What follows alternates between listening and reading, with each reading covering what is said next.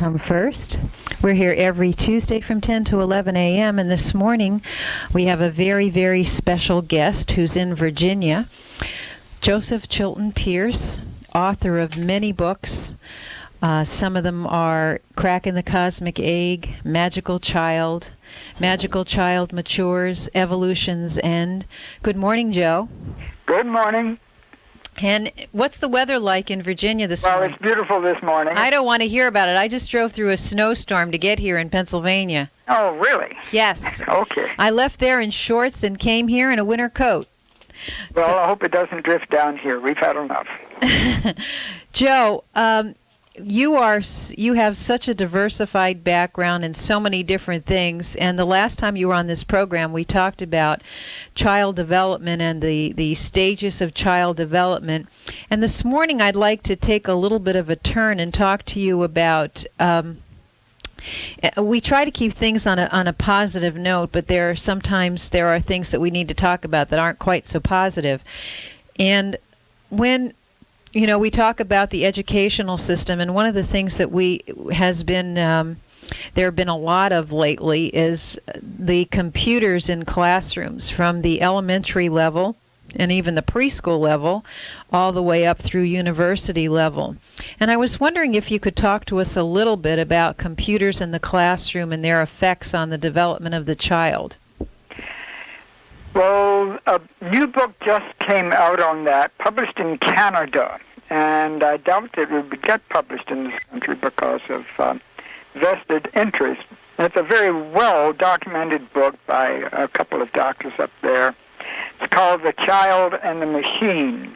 They go into the issue of computers fairly well. I'll mention also that we did a 4-day symposium. It was a closed symposium on computers and education at the University of California in Berkeley.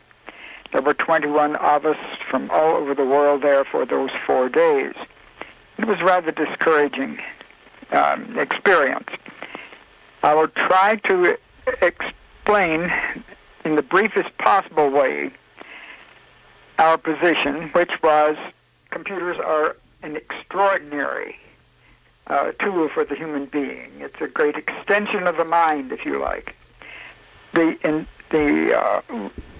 issue in regard to education and children is age-appropriate use of technology. That is, when do you start using a computer with a child? Means everything. In the first 12 years of life, if you take Jean Piaget, the great Swiss psychologist, who mapped out the stages of development through which the brain goes. And now, let me mention, by the way, that new research coming in confirms this far more extensively than Piaget would ever have believed. And I'll come back to that in a minute. But the child goes through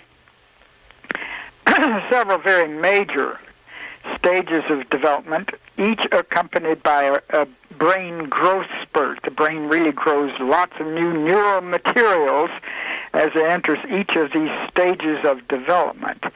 During the stages of development, the child must be given appropriate stimuli from the environment that particular neural structure to be developed must have. And we find that the first major ones, up until about 12 years of age, are all designed to build a structure of knowledge in the child's brain of their body, the world, their interaction of body and world, their relationship with it, a language to describe it, and their emotional relations with all the people in that world, and so forth. This is a very concrete, tangible, sensory motor kind of an experience, and above all, an emotional, relational experience. By about 12 years of age, the child then has a structure of knowledge enough in the brain, enough of that structure is complete, that they can begin to accept and understand abstract information. Abstract information means that it no longer has to be absolutely tangible and direct, concrete, an object they interact with. as it must be in the first 12 years. Now they can begin to interact with a concept or an idea or information extracted out of reality and presented in an idealized form, such as on a computer screen. Now, that doesn't mean that at all that they're ready for computers at age 12. It simply means that all of the structures of knowledge that go on in their brain up until that point are needed to deal with abstractions of any sort. This even has to do with the language system. Now, the abstractions that they can then deal with at age 12, the kinds of operations the brain is capable of making, the kinds of information it can absorb at that point, that information cannot build the structures of knowledge in that brain that lead up to that point. That might sound like a circuitous, torturous kind of an explanation. But the information, the environmental stimulus that must come in to build the structures of knowledge up to the point where they can accept and deal with abstract information. So what you're saying then, Joe, is that children, if I'm hearing you correctly, children who are exposed to computers prior to the age of 12 may have a detrimental effect on their learning process in the future? What we're saying is that if it substitutes for their contact with real information, they won't build the neural structures necessary in the brain to then accept the abstract information when they should be ready for it. And as I say, age 12 would be far too premature anyway. But until that point, the structures of knowledge that have to be built into the brain can only be built in by direct sensory, motor, and emotional interaction with their world. And that kind of information that computers present will not build structures of knowledge in a brain system. You have to understand that. The brain must have those structures of knowledge in place in order to interpret computer information. The computer information itself, the type of thing which a computer presents to the brain, won't build neural structures in that brain system. Now, this has been established. I mean, this is proven every way come Sunday. And so the point of it is that computerized education, certainly in the whole grade school setup, is an impossibility. It will not work. What you will get is entertainment of the brain, but it will not grow and expand as a result of that kind of entertainment. Now, it'll take us 30 years down the line to realize that, when we're all of a sudden dealing with a real mess, and they'll say, oh, well, it seems that we made this error way back then. Let me mention Dr. Wilson, who recently gave a talk. He's just turned out a remarkable book on the growth of the child's brain. And he was saying, quite a long while back, I think it was after World War II, he said, we found that newborns at birth that were having trouble breathing, well, we just gave them straight oxygen. He said we were so proud of that, and they just seemed to thrive and turn pink, and everything was fine. He said we discovered 30 years later that those infants had not just visual problems, they went blind. And he said we discovered that it was because we had been giving them pure oxygen way back there 30 years ago. That was the wrong thing to do.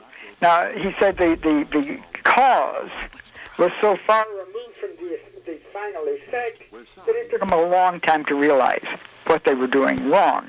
Now, here again we get into one of the most common errors we make with children, an error we make with them, let's say, when they're 3 years old, might not show up in a deficiency in the child until they're age 15. That was something Jerome Bruner said many, many years ago. The point in all this means that you have to provide the child with appropriate stimuli in the appropriate ages if you want the brain structure itself to grow. And television and computers are not appropriate certainly throughout the early formative period of life. Joe, I have a favor to ask you. Would you mind going over to your other phone? So that one seemed to be, your voice level seemed to be much better on it than this phone. And I'll do a little bit of talking while you shuffle over and go to your other telephone, if that's okay with you. I'll do that. Hang on. Okay. I hear you perfectly well.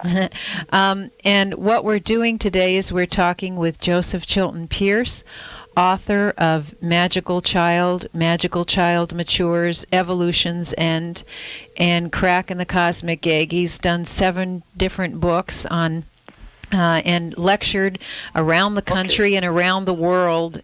And we are talking today with Joe about computers and computer technology and how it affects children, especially in the ages prior to the age of 12. Now, Joe, Doug Sloan has done some work in this. Could you tell us who Doug Sloan is and what kind of work he's been doing? Well, he's a teacher at Columbia University's Teachers College. He's also connected with Sunbridge College in New York. He's also one of the great supporters of Waldorf education and has been for many years. He's been holding a series of seminars and symposiums for the past several years under a grant, bringing in teachers from all over the world to discuss issues exactly like this, and he's had several major symposiums with some extremely responsible people on computers and education alone. So that's Doug's background, and certainly I suppose, along with people like the Dr. Keith Buzzell up in Portland, Maine, that they've gathered as much information about computers and education as anybody has. Now, are there any books? Have they written any books that people can read, or is there any way to contact these people? Jane Healy, who used to be at the University of Michigan. Jane Healy, who wrote the book Endangered Minds, has just recently turned out a book which the title is, if I'm not mistaken, The Broken Contract. And it has to do with the use of computers in education. I understand Jane had to soften some of her approaches in order to get it published at all, because there's tremendous resistance in this country to allowing information about computers to be broadcast, to be presented at all. Does Doug Sloan have a book? No, he hasn't brought out a book, but they've been compiling a great deal of information related to the whole issue of computers. And there was another person you mentioned. Who was the other person? Well, that's Keith Buzzell, who's a doctor in Portland, Maine, and he's been gathering information about computers and television over a period of about 15 years. And this is from research all over the world, which almost is never reported in the United States. So what you're saying then is that people in the United States, at all different levels, are not conveying this information. Well, no, and they're not going to, because you're dealing with huge vested interests of incredible sums of money. I mean, we're talking about many hundreds of billions of dollars. The state of California, for instance, in 1995, the legislator passed a bill, $500 million grant for setting up one pilot project, K-12 computerized school. And that passed with no dissenting votes whatsoever. Now, that's just the cost of setting up K-12 computers in one school system. The total amount of money which we're looking at is staggering. Probably one of the greatest investments ever made. And so you don't suddenly stand and say, "Hey, this is going to damage your children." Not when that kind of money is controlling the very media through which you might say and make such a remark. Okay, 1 second, Joe. And we are sorry, we seem to be having some technical difficulties with our program today. We're here with Joseph Chilton Pearce, author of Evolution's End, Magical Child Matures, and Cracking the Cosmic Egg. And Joe and I have been talking about computers in the classroom.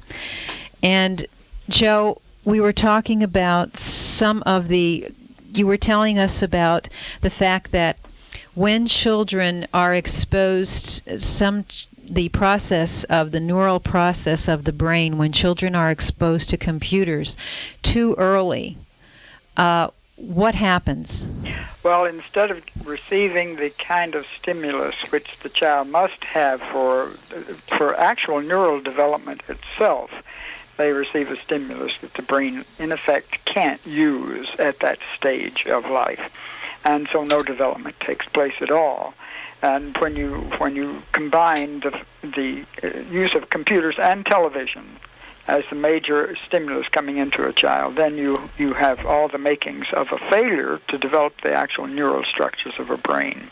Now, what happens to a child? I mean, we're talking about this from a neural level, but I mean, what would a child look like who consistently, what are we talking about here? Are we saying that, they won't be able to perform well in school?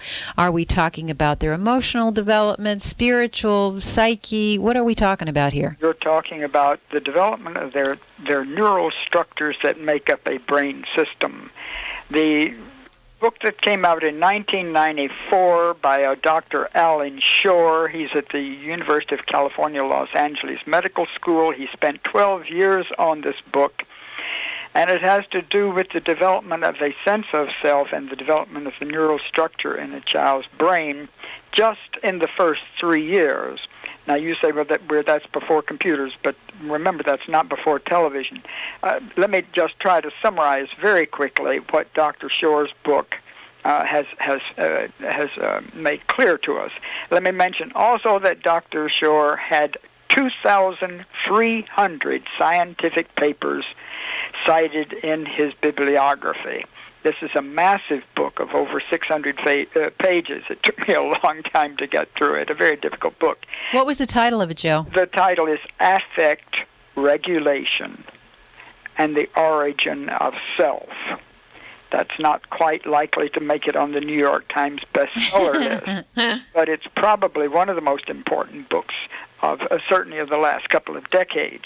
Now, the whole issue is that unless the child is given the appropriate stimuli from the environment, which in the first 3 years is every bit emotional, that is, unless they are given the appropriate emotional stimulus, the neural structures of the brain fail to form, except in the very, you might say, the most skeletal, skimpy way. We're talking about the failure of a brain to actually form in any full functional way at all as a result of failure to provide the child with the appropriate stimulus from their environment. And their environment in the first 3 years is 90% their mother, the permanent caretaker.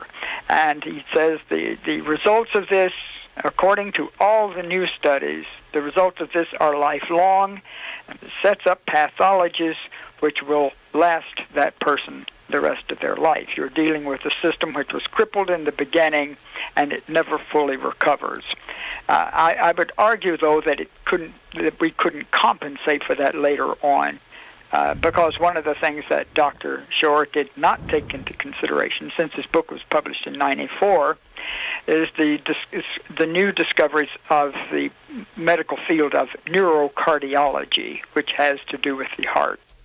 And if we add that to the picture, we see how nature can compensate for a great deal of the damage done by failure to nurture the child in the early years. But compensation is never as full a function as development in the beginning. So what you're saying, Joe, is that the way we are going to help our children to learn in the process, and we keep blaming the schools, but in effect, the kinds of things that we do at home, the way we raise our children, the way we birth our children, allowing them to use computers and television, all have a detrimental effect on how learning takes place in a child's life and throughout their life as an adult. Is that correct? there's far more to it than that. I had always thought that genetically, through our genes, through the DNA, that we were guaranteed at least the machinery in our heads through which we could function and operate. The discovery, which Dr. Shore is trying to make perfectly clear, is that the appropriate nurturing stimulus from the environment is what brings about the growth of the brain itself. This was a shock to me. I'd always assumed that development of a brain depended on appropriate nurturing and stimulus.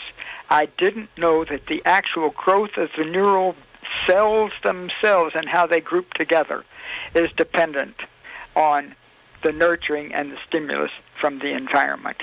But this is exactly the case, and it explains very well why the new brain scans, which they're able to make now, show a markedly different brain in a person who is violent or troublesome and so on and so forth, and what we could call a normal brain.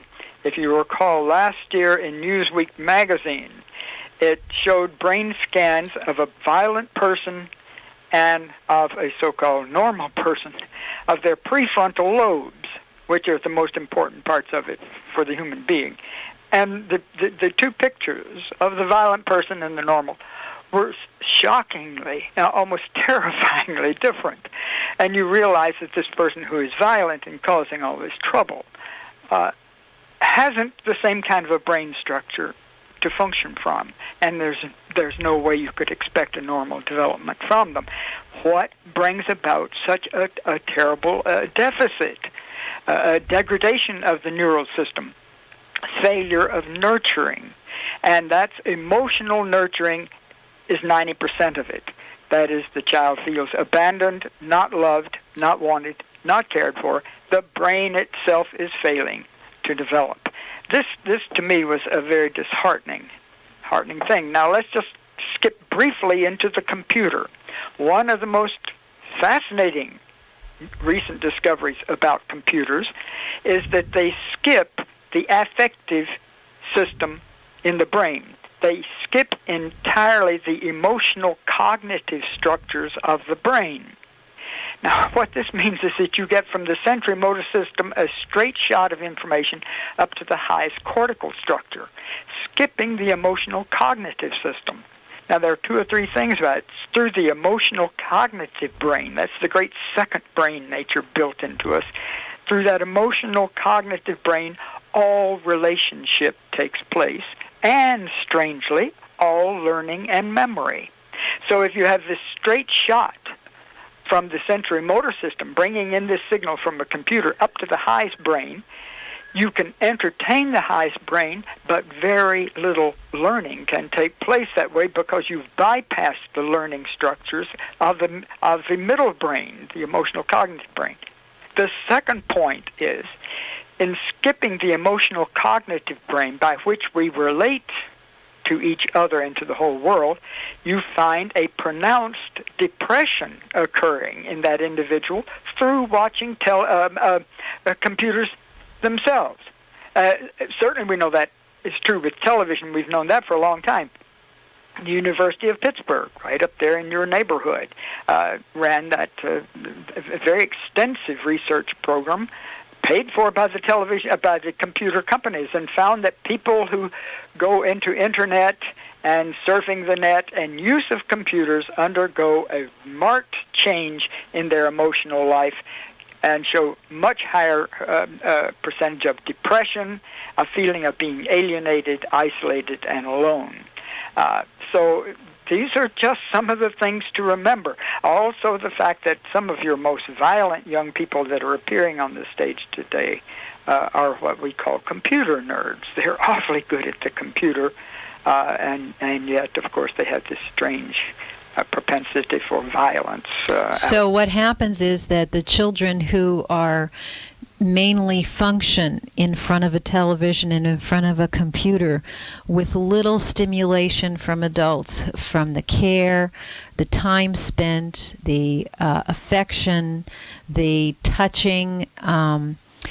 What you're saying is that they're brain basically does not develop appropriately for into adulthood as far as their emotional intelligence, and that this is one of the reasons why our children are becoming more and more violent.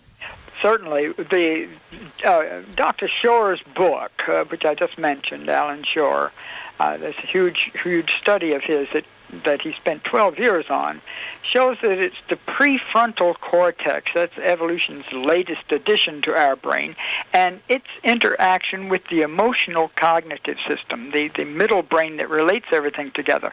It's their interaction through which all of what they call the higher human virtues arise from that area.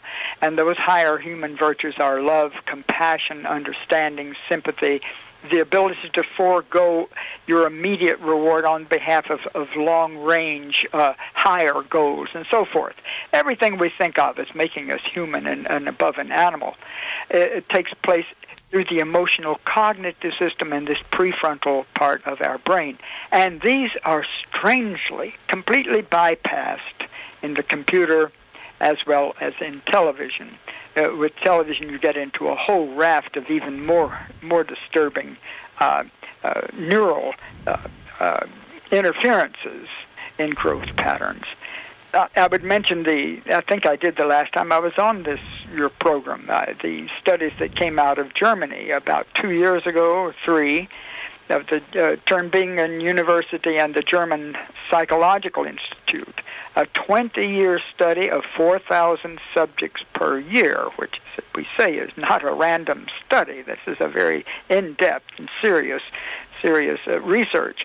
And they found a marked deterioration of the brain structure taking place in those 20 years, that the young people being examined today, and these are all in their late teens and early 20s, are operating at about 80% of what they were 20 years ago. That is, the whole brain structure is deteriorating at the rate about 1% per year. The reason they set up the studies in 1975 were college university professors saying the young people they were getting in were not able to function on the same level they had been. And so they just set up the studies themselves as a result of seeing a deterioration in brain growth in their young people. And in those 20 years, they find that the deterioration is occurring at about 1% per year. Now, we don't believe this because we don't want to believe it. The majority of your listening audience will be caught in that themselves. We'll be talking about them, and they will say, well, there's nothing wrong with me. All I say is look at what is happening in your public schools with 1 million children a day being given Ritalin to make them zombies so they can be controlled. And now we have, I didn't know this until I just read the latest factors on it. There's a whole family of pharmaceuticals now being used on children, not just Ritalin, but a whole group of them for behavior control. All of which is brought about by the fact that the children can no longer make the responses which they ordinarily did in education before. So everyone is blaming the educational system.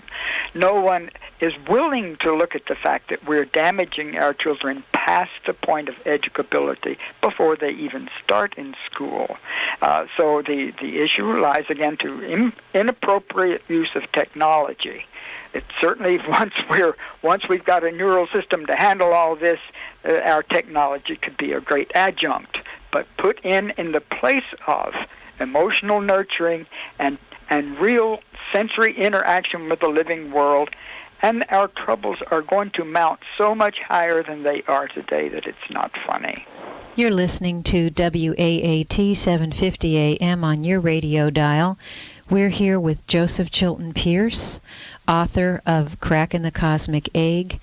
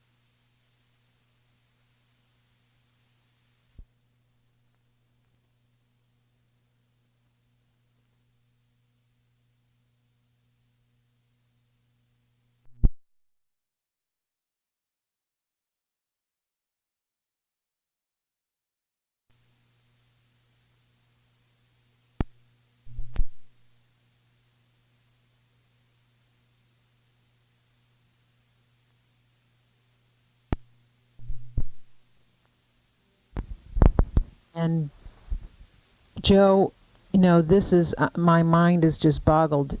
By the way, if you'd like any information about our programs, you're welcome to call us at toll-free 877-PRO-KIDS.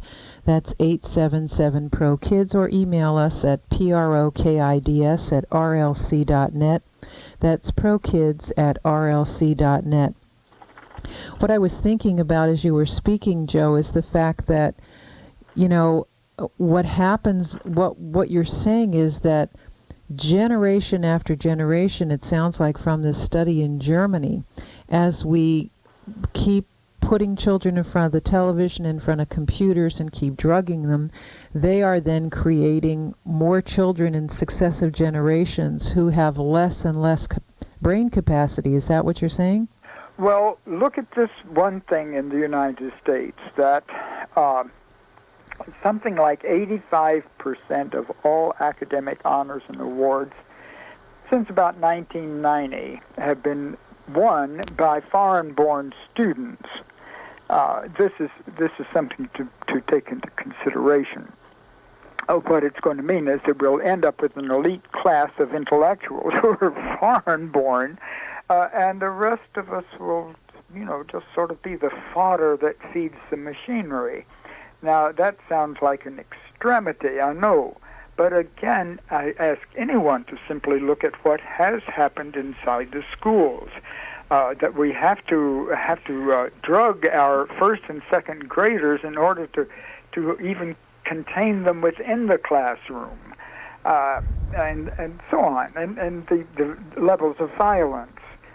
We only hear of the really sensational affairs such as Littleton, but actually, as of 1989 or 1990, 150,000 school children were carrying guns to school every day. And today, still, upwards of 10,000 children are hit per year by bullets from other children's guns in America. Now, of course, we have 250 million people, and so only 10,000 of them being hit by bullets is a small percentage, but it's never happened before. Joe, where do you think we need to go with this? I mean, obviously, the marketing of TVs and computers and drugs are backed by large corporations who do major marketing campaigns. How are we ever going to, and with the government and everyone else not pursuing this information and getting it out into the marketplace, how are we ever going, I mean, what end do we have in store for us if we continue on the spiral that we're on? One of the most difficult questions that we can face is the one you just asked. What I keep telling people is to simply try as best you can to protect your own children. You're not going to, at this stage of the game, change the machinery which is in place in the United States. There's no way you can do it.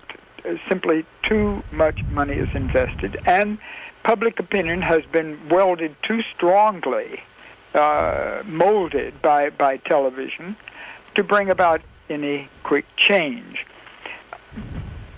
What I would urge everyone to do is to look into the massive studies that have been coming out ever since Burton White at Harvard turned out his book, The First 3 Years of Life, in 1975-76. Since then, the research information coming out shows overwhelmingly that what happens in the first 3 years of a child's life is the most critical of all. And we put no emphasis on that whatsoever, except to try to set up Head Start and teach them to read and write in that period, which is exactly the opposite of what should be done. If you look into all of the research, such as Alan Shore's enormous research, you will find that the first 3 years, up until age 4, really determines pretty much what that brain structure is going to be able to do from that point on. for the rest of their life, unless you have some real interventions.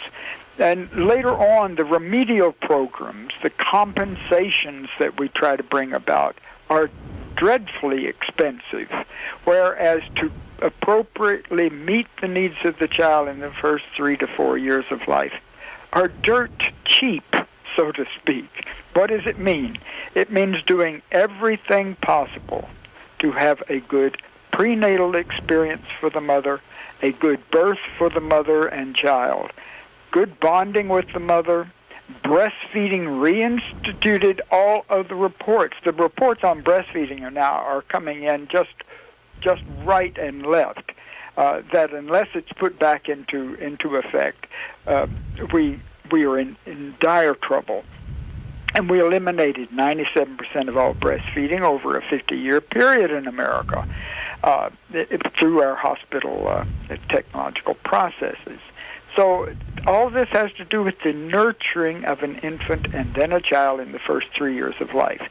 The care, the nurturing, the love which they either receive or their brain structure itself does not develop as a human should.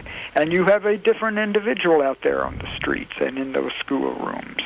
And we're talking about fully 70% of our children. The other 30% are still getting nurturing at home.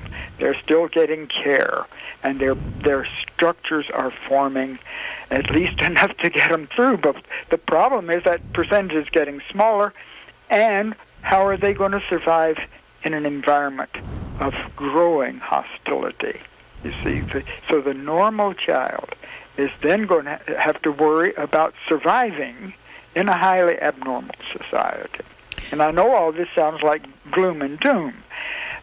The point I would like to make is here we have available for the first time in history the most thorough understanding and knowledge of what makes a human being brilliant, genius level, loving, kind, compassionate.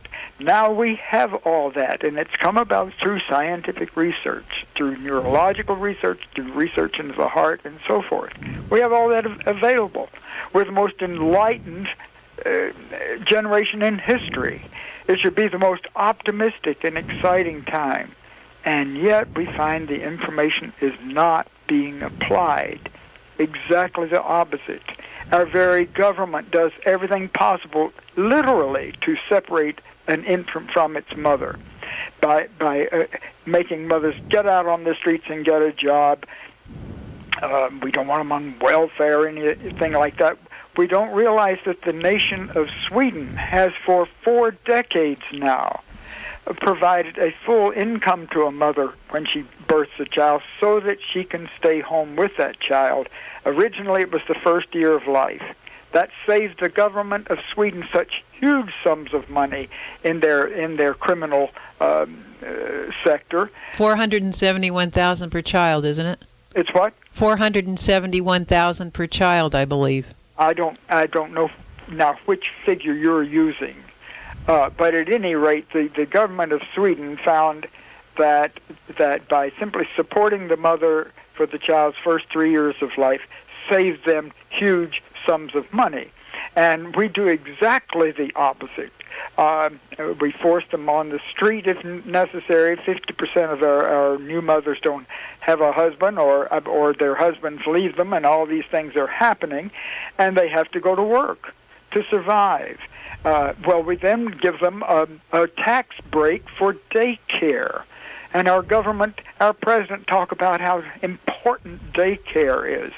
All of the studies for 30 years have shown the child suffers tremendously from daycare for any period over about 2 hours a day under age 4. It's a disaster to that child under age 4. And short periods of daycare can be beneficial if it's a good daycare situation. They estimate that there are very few good daycare situations in the United States.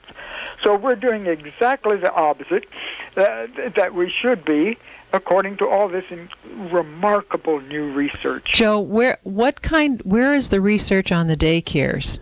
Oh, that's been coming in longer than any other. The specific studies that I can't rattle right off the top of my head because I haven't been fooling with that for quite a while. But those studies were coming in from the 70s on. Now, where can we go with respect to education, knowing what we know? I mean, you're talking about something that is beyond the limits of the school. The parents, the birthing, the nurturing of the mother and father, all of this, the school has no jurisdiction whatsoever. What can schools do? The first thing schools could do is for the child something that has never been done for them before, or at least about 70% of them. The schools could provide a warm, nurturing, loving environment where all stress is eliminated. That is the first commandment for education should be the child must be happy and feel secure if any real learning is to take place. So the first great act that a school must do is to provide an ambience, an environment of loving acceptance for the child. The research that from 1963 on has been made available is that at the first sign of stress, ordinary learning in the brain stops and a different kind of conditioning takes place. And yet American schools, with all their testing, with their cutting out of play entirely, with their making it serious and grim and trying to get test scores higher and so on, all of that is terribly detrimental to a child. Even if a child had been loved and nurtured and protected by his parents, when they get into that kind of a stress situation, you'll find that it profoundly affects learning itself. Let me mention, for instance, Dr. Shore's studies of the toddler when they first begin to move out into the world. Brain growth is enormous at that period, particularly the brain growth of the emotional system and its interactions with the prefrontal lobes, the latest evolutionary brain. And he speaks of the great exuberance, the ecstatic exuberance of the little toddler as they move out to interact with their world. We all remember this if we've had children, that breathless stage of the child. And he says increasingly the child is getting hit with great negatives on every hand, that they cannot interact. Don't touch this, don't do that, don't do the other.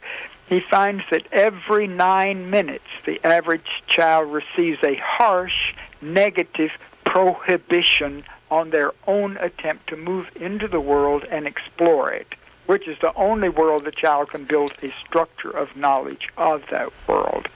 He speaks of the fact that this brings about a complete change in the growth of the brain itself. That is, the brain stops its ordinary normal development from the lower structures up to the higher evolutionary structures. From the lower animal nature zone up to the highest human nature, stops that. And the system goes into a retreat against a world which is suddenly, in effect, turned against them. Now, that's assuming that they had good nurturing in the first year of life. That the minute they get up on their hind legs and start talking and moving out into that world, they receive these harsh restrictions on their movement, which brings about a change in brain structure itself. So, now, if you just take that one little fact and then you multiply it by all the times that we have these growth spurts in the brain, there's a huge one at age 15 when our adolescence is ready for a completely different type of experience than they've ever had in their life. And they get harsh restriction, closing down, clamping down, and negative impact from their environment on every hand. What happens? That great growth spurt of the brain at 15, the last one we ever get, simply misfires. And something that was supposed to happen does not happen. to that young person.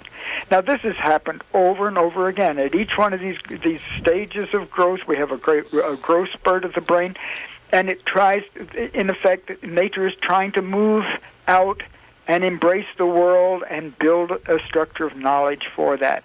And what happens? We're getting shoved back down. We're not given the appropriate nurturing. And what is the appropriate nurturing at each stage? First of all, acceptance and love and a safe space to operate in. Unless the child is given a safe space, they will not learn. All they do is get conditioning to try to protect themselves against a world that betrays them. I know this sounds dramatic. I would just ask you to look at the whole national scene and see what is happening. You're listening to Children Come First. This is Dr. Daria Brzezinski. We're here every Tuesday from 10 to 11 a.m., 750 WAAT, AM on your radio dial. Today we're here with Joseph Chilton Pearce, author of Magical Child Matures, Evolution's End. And Joe is talking about the development of the brain. We started off with computers and technology and how it affects the brain with chemicals that we give our children, such as mind-altering chemicals such as Ritalin, as well as other factors, and how these affect the brain, as well as our birthing practices in America and our parenting practices. If you'd like any information, you may reach us at 877-PRO-KIDS, that's 877-PRO-KIDS, or email us at PROKIDS, PROKIDS, at rlc.net. That's PROKIDS at rlc.net. Joe, I've had several people before this broadcast even went on the air today. They read about you in the newspaper and have called and asked how they can get in touch with you. What's the best way to get in touch with you? Well, I like letters myself. All right, I have email and all that kind of Joe, why don't you give us your mailing address? I'll give you my mailing address, but I won't give you the email. Okay, well, give us our... I don't check that, but every 2 or 3 weeks anyway. Yes, I know that. Give us your mailing address. 599 Rainbow Ridge, Faber, F as in Frank, A, B as in boy, E-R, Virginia, 22938. All right, for anyone who's listening, that's Joseph Chilton Pearce. If you'd like to contact him, it's 599 Rainbow Ridge in Faber, Virginia, 22938. And Joe, in our last few minutes here of our broadcast, can you give us some direction on where you think we should go and what you think we should do as a nation? I know you have your own opinions about the direction we need to go. Well, certainly. What we must do is rediscover a true nurturing and love of our children. They have to be loved and nurtured. They have to feel wanted and protected from conception on.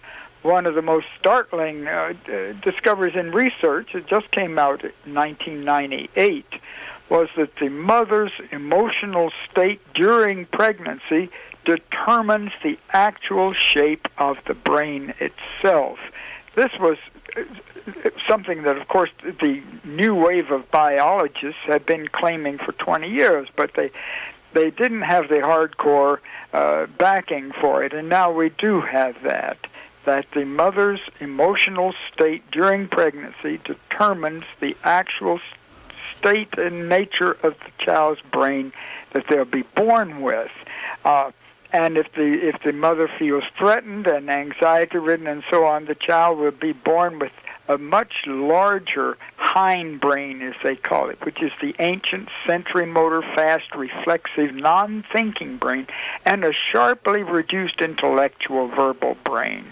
Now, this is the most serious information we've ever received, and that a mother who feels loved and protected and nurtured herself when she's carrying a child gives birth to a child with an enlarged intelligence and a smaller hindbrain that's devoted to survival and quick reflexes in a kind of a jungle atmosphere.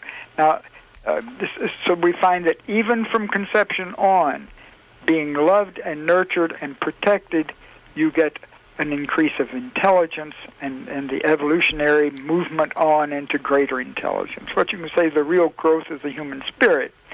And if the mother and then her child feels threatened and in an abusive environment, you get a reduction of the intellectual, high spiritual aspects of a brain system and the growth of the quick, reflexive, survival, ancient animal instincts in our head. Now, this is not a joke. This is really what happens. And if we just look around, we'll see evidence for that on every hand. So here again, the issue is love, protection, nurturing, establishing for the child an unquestioned safe space in which they feel unconditionally loved is the first and foremost thing that must be met. If you don't meet that, all the rest of our efforts are wasted. They really are. What can your schools do? They can shift their whole emphasis from trying to cram all this stuff down their child to get a high mark that the schools might get more money from the government and all that. Drop all that and try to set up, let's say, a curricula that will give that child a safe, loving space in which to be. And if they do that, then the schools would start and counterbalance or the deficits in the home. Because I see these parents who were not loved themselves. How can they love their children when they've never been loved themselves? Love, just like Howard Gardner said, the child never played with, never learns to play. In the same way the child never loved, never learns to love. How can they then love their children? But the schools, and I tell you this is true, Heart Math Institute in California has found this out, a school which suddenly switches its entire emphasis over to providing a safe, nurturing space of love for the child, undergo explosive growth in their learning rates. I mean, it's remarkable. Why? Because given the safe space, the brain expands and moves into its highest levels, and the child starts learning. Feeling attacks, such as all this testing and the school being a guarded place that's liable to be shot up any old time, and so on. When the child feels themselves unsafe and unwanted and unloved and branded dumb and so on and so forth, you set up the conditions that ensure that within that child. Their nature cannot open and embrace their world if they can't trust that world. So that's what your schools must do. They must work first of all to provide a safe space, a loving, accepting, unconditionally accepting situation for that child. If they really want the child to learn, if they just want to punish the child, or make them tough, let them continue doing what they're doing. Well, it seems to me, Joe, that in most scenarios, schools have over 500, 600, 2,000 students. It would seem to me that, your philosophy here of giving them nurturing is virtually impossible in the kind of school environments that exist. Not necessarily. We're not talking about a numbers game. We're talking about what is the overall environment of mind that is given them.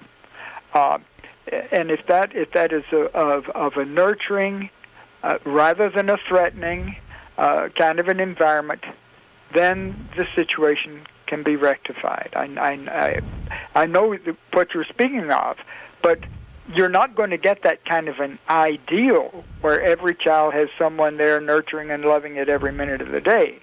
But your whole school system could change its way of thinking of the child as the child simply something they must form and stamp out like an automobile on an assembly line, and instead say, here is an intelligence we must meet with love, sympathy, understanding, compassion, and above all, making them feel safe and wanted.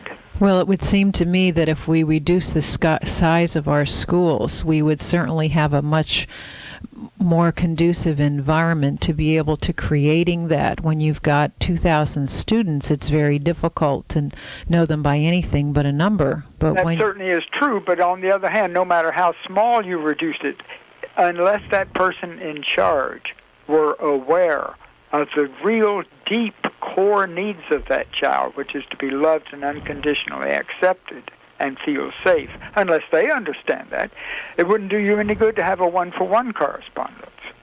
But that's still your number one thing. Changing people's attitudes and beliefs.